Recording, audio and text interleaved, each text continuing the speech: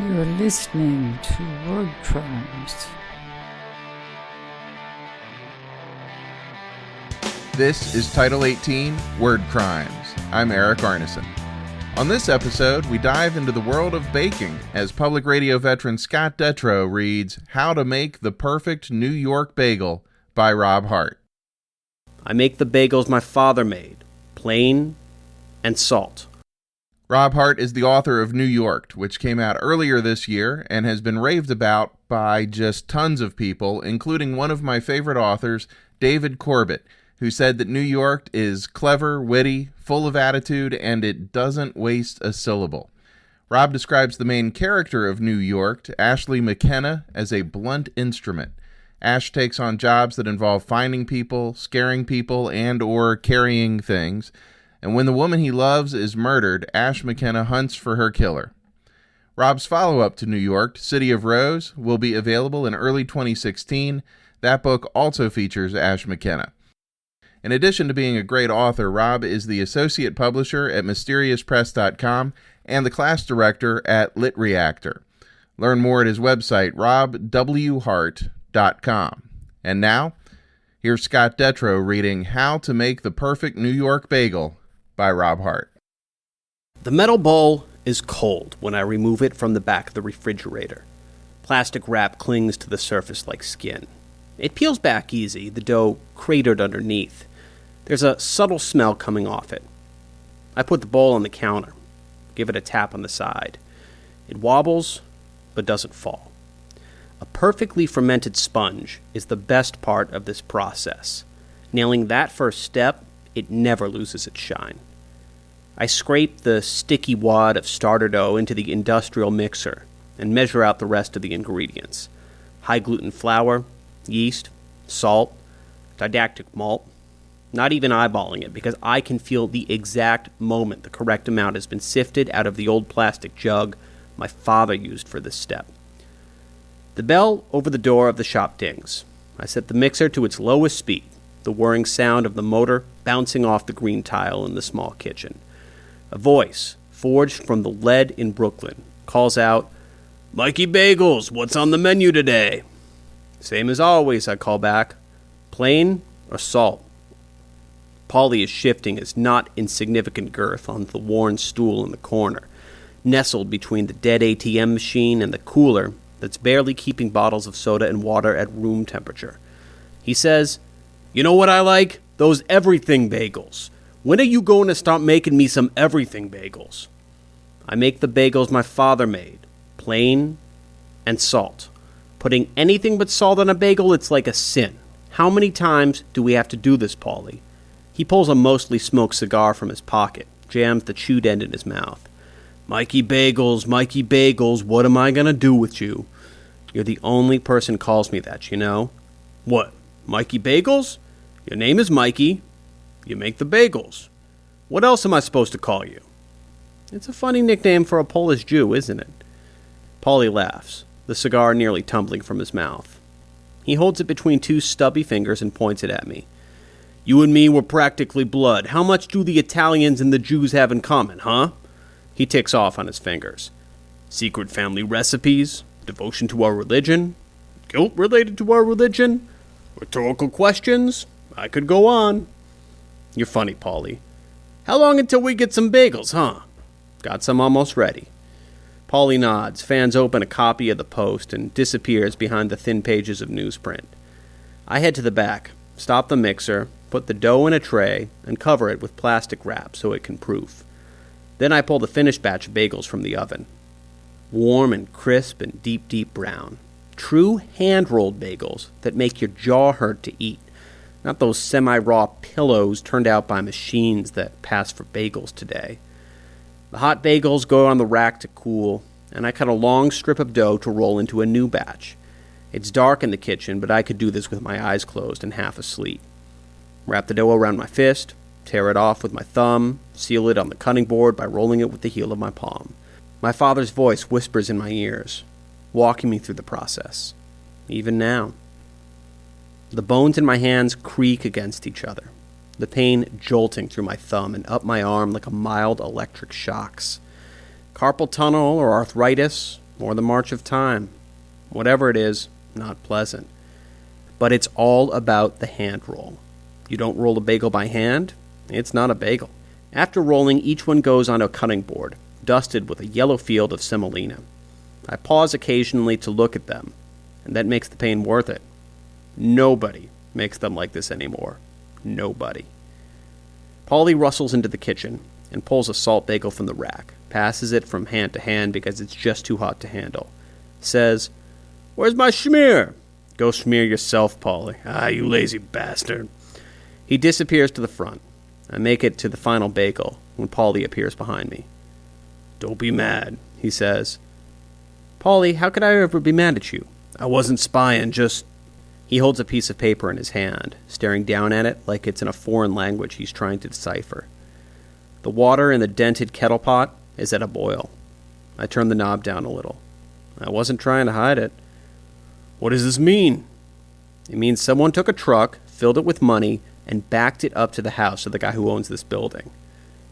"So? You've been here forever, aren't you, like, grandfathered in or something?" "Not if I can't pay my rent. All they have to do is triple it." Which they did. I can barely afford it where it is right now. "You make the best bagels on the Lower East Side, probably in the whole damn city anymore." Paulie shakes his head, looks at the floor like he lost a member of his family. I dunk a rolled bagel into the boiling water, let it disappear halfway below the surface, before dropping it the rest of the way. It bounces around, buoyed by the roiling water. I count off in my head, 30 seconds on each side. "There's gotta be a way to fight this," Paulie says. "Talk to the community board or something. Get the people involved, you know what I mean?" I pluck bagels from the boiling water with a wired ladle, fashioned by my father from who knows what. Dip them in the pot of ice water next to the stove. You know how many bagels I throw out at the end of the night now? The community would rather go to Starbucks, get a pastry and a fancy coffee. "There's gotta be a way. There's gotta. We can't abide by this, Mikey. What about those two knuckleheads who come in here sometimes? Billy and Richie. Word is they're hooked up. Maybe they can go knock some heads in." I transfer the last of the bagels, fish them out of the ice water, one by one, and place them face down in a tray full of sea salt. When they're all in place, I turn to Polly. Whose heads are they going to knock in? It's a bank doing this. Who do you fight? Go find the guy who runs the bank. Where does he live? Some castle? In the sky? Who even knows? I'm 73 years old, and my hands hurt. Polly's face goes dark. "You remember how we met?" "Of course I remember. After what you pulled, you should have been dead and gone, but you were a fighter, and we respected that. The balls you had." He shakes his head. "What happened, huh?" He doesn't wait for me to answer. Just turns and leaves. The bell dings over the doorway, the sound of it echoing off the kitchen tile. I pull the bagel boards from where they're submerged in the sink. More artifacts of my father, redwood planks a little shorter than a baseball bat, with a burlap runner to keep the bagels from sticking. Soaked until saturated, so they won't catch fire in the oven. I place the bagels on the burlap, spacing them an inch apart. The whole time I'm glancing over my shoulder at the letter that Polly left on the counter. The letter had been folded in threes to fit in the envelope, and the two ends stick into the air like an accusation. The first time the door dinged and Polly came through it, he was 40 years younger and 100 pounds lighter, wearing a suit, the crease in his pants sharp as a razor. This is back when the made men wore proper suits, not track suits. Back when my hands didn't hurt so bad. He was with another guy, the two of them preening like they owned the block. Which they didn't. Their boss did. I was behind the counter, placing bagels behind the display case. Paulie came up and put his hand on top of it, the thick gold ring on his pinky clinking against the glass. The two of them radiating menace-like heat, trying to hide it behind the veneer of their smiles. Paulie said, "A dozen of your finest, if you will." As I piled them into a paper bag, he asked, "What's your name?" "Michael." "Your pops used to own this place?" "Died last month. It's mine now." "I'm sorry for your loss." He paused, letting the platitude sink in. "You like it? Keeping up the family business?" "I like it fine, sure." Paulie nodded, clicking his ring against the glass, looking around the place like he was interested in the cur. I cantered out a dozen bagels, tossed in a 13th, and placed the bag down like it might burst. Paulie slid a few bucks across the counter and accepted his change. "Thanks, Mike," he said. "Mikey Bagels, I think I'll call you. What do you think about that?" I shrugged. It's not my name, but it's fine. Paulie pursed his lips, handed the bag to his partner. "Look, something else. Does the name Joe the Bear mean anything to you?" He didn't wait for me to answer. "Joe the Bear, he's the guy runs things around here. You know what I mean? He's a good guy to be friends with. You know how it is, dangerous neighborhood. But if Joe is looking out for you, no one's going to touch you." Are you shaking me down? Paulie's face split into a smile that showed off every single one of his teeth. Put his hands in the air. "Nothing like that, no. Think of it like a partnership. We work together." The other guy was rooting around in one of the bag of bagels.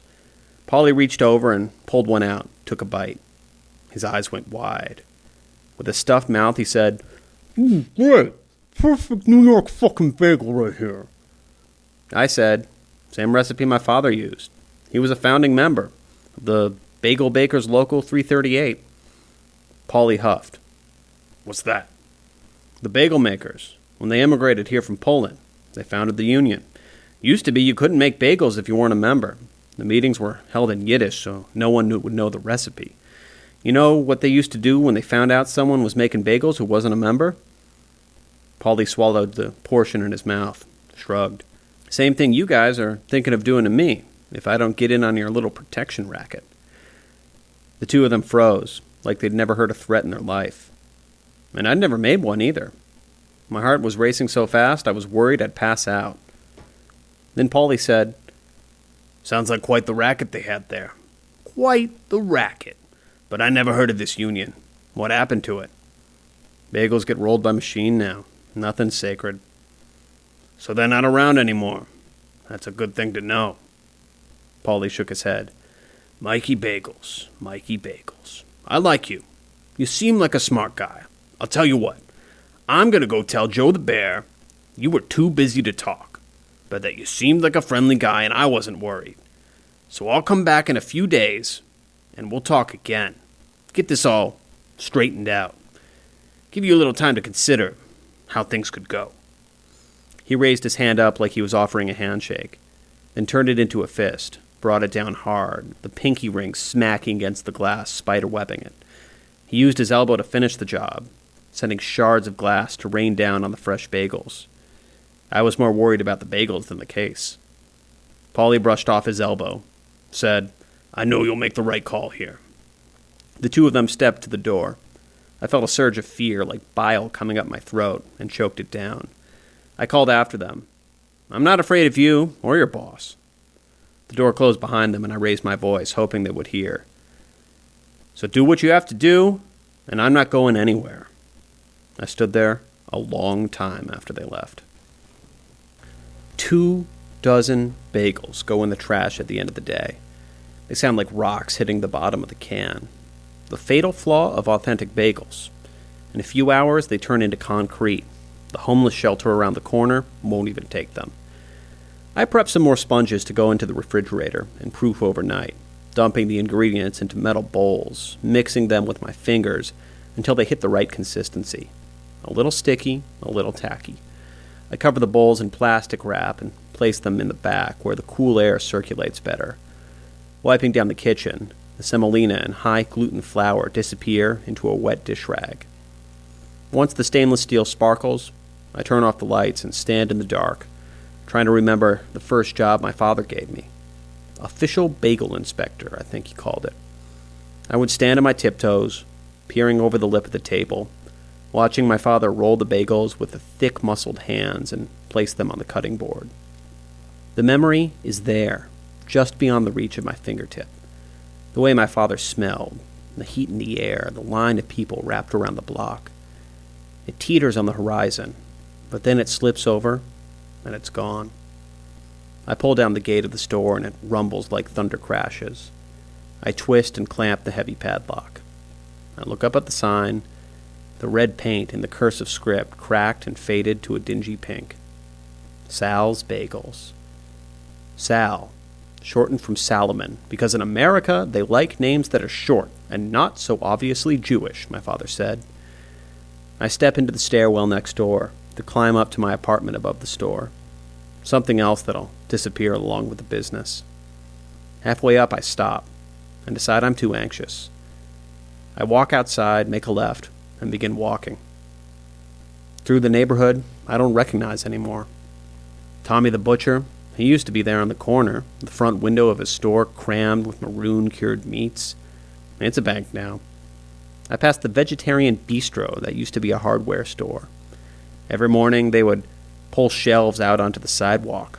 This is back when you could trust people to pick up a coil of wire or some screws and then come inside to pay. Some of the bars have the same name, but it's only nostalgic if you don't know the original owners, all of whom are long gone. When I went into those bars, you would ask for a beer. That's it. And if you asked for anything else, you were asked to leave.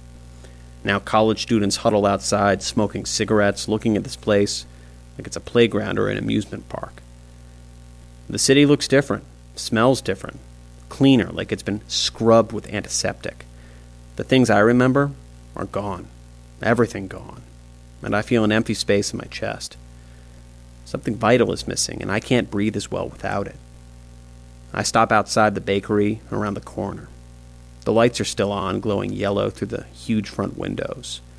There's a long line of people at the marble counter, and a sign in the window advertising jalapeno bagels, and sweet potato bagels, and chocolate bagels. Nothing is sacred.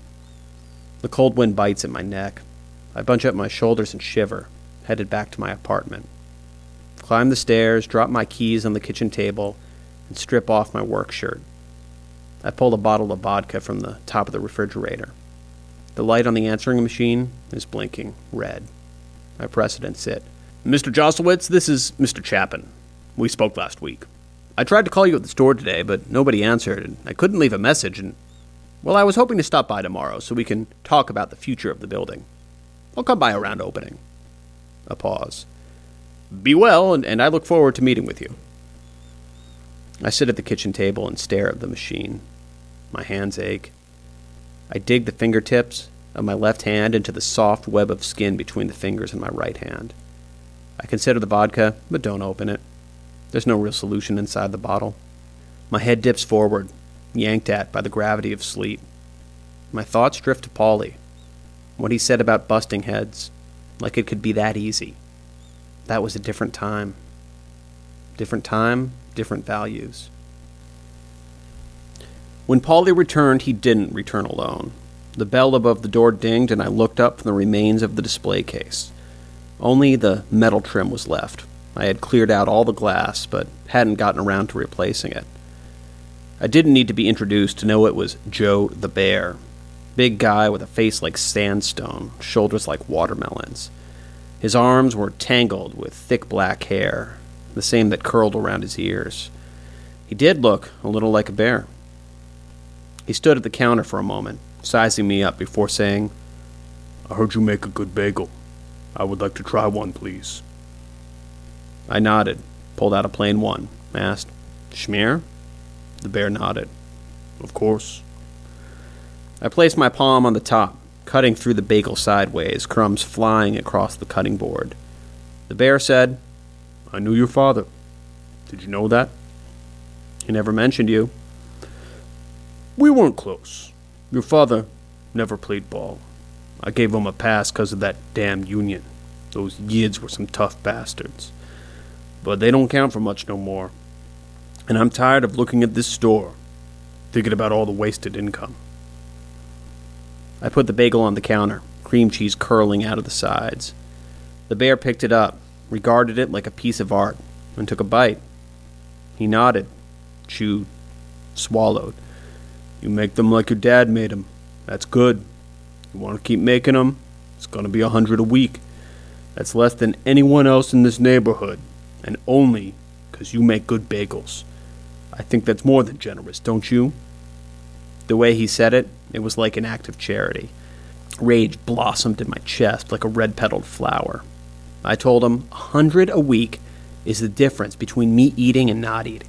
No deal. I give you a dozen free bagels a week. Best I can do. The bear took another bite, chewed it carefully, like there might be something sharp hidden inside.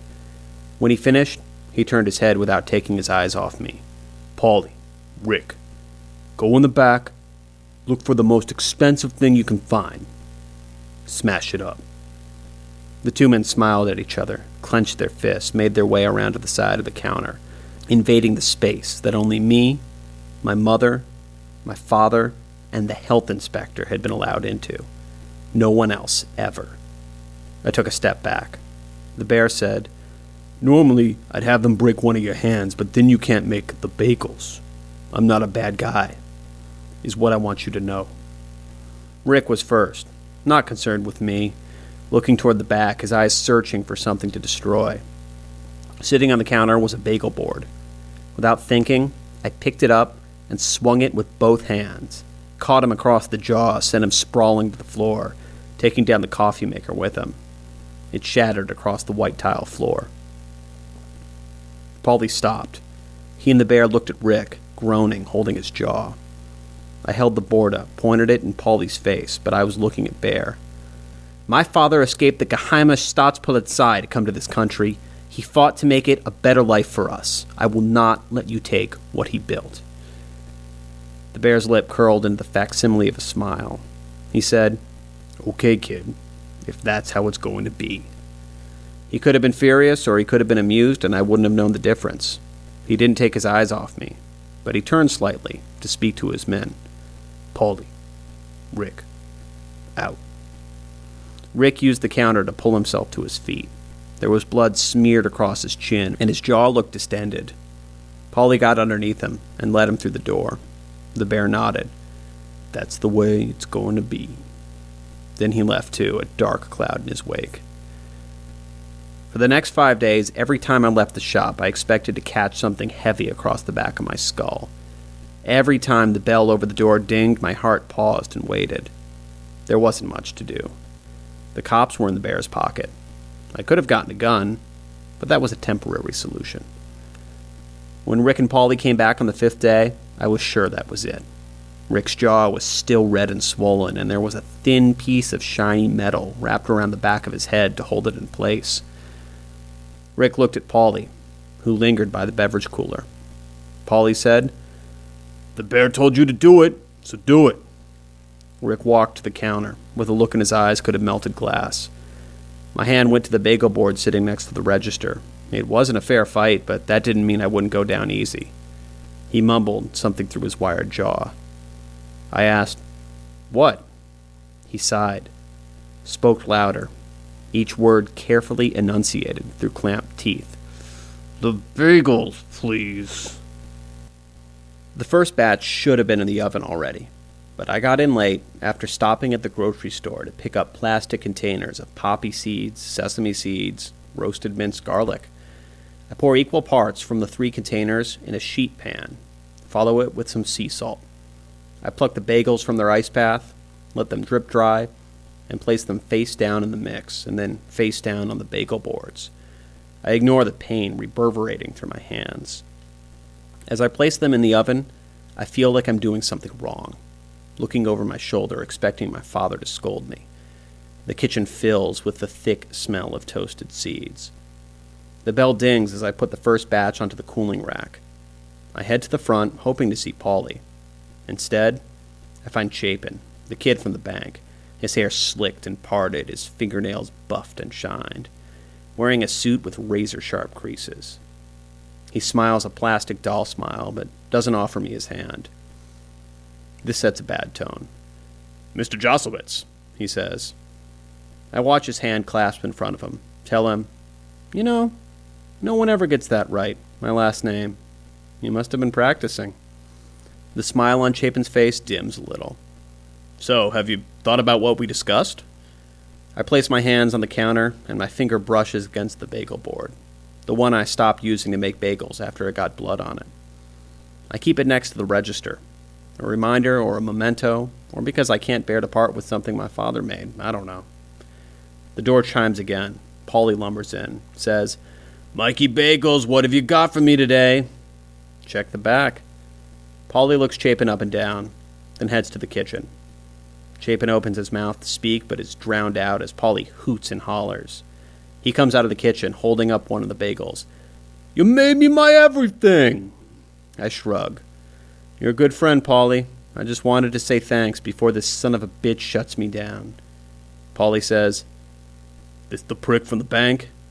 Chapin says, "Sir, Paulie puts a stubby finger in his face. "No. Shut up. You're a prick. This guy has been in business since before you were a cell in your dad's balls. And you think you can come in here and take him out? Bullshit. This guy, his family, they dealt with tougher than little shits like you.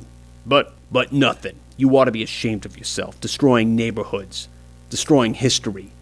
I got nothing but respect for this man."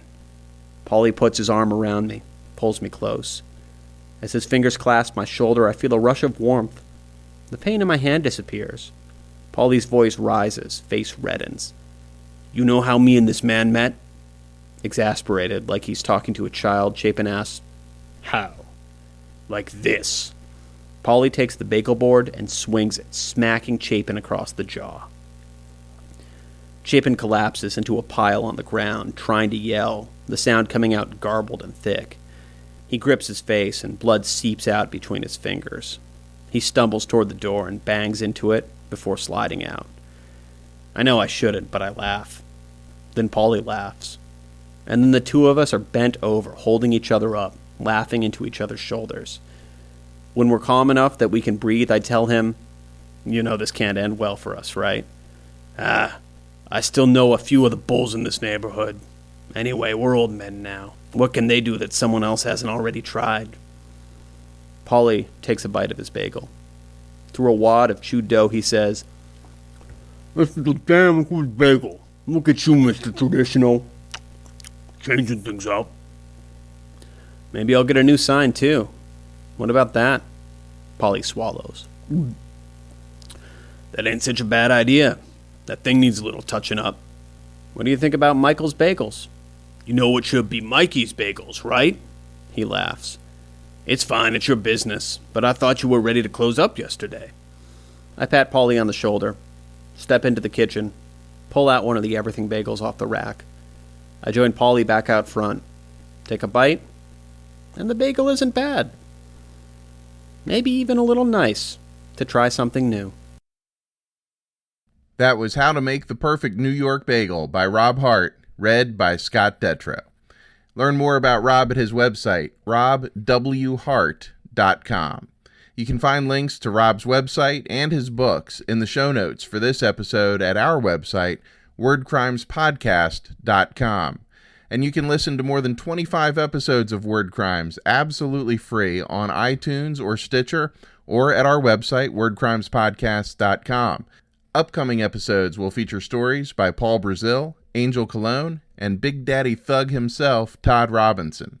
If you enjoy Word Crimes, please take a minute to rate the podcast on iTunes or Stitcher. Scott and I will really appreciate it, and you'll be doing us a big favor because it helps other people learn about Word Crimes. You can find Scott Detro on Twitter at Scott, DETROW, and you can find me at ericarneson.com. That's ERIKARNESON.com. I'm also at Eric Arneson on Twitter and easy to find on Facebook. The music on this episode is by The Throws. You can find them at The Throws, THROES, thethrows.com. Thanks again for listening to Title 18 Word Crimes. We'll be back soon.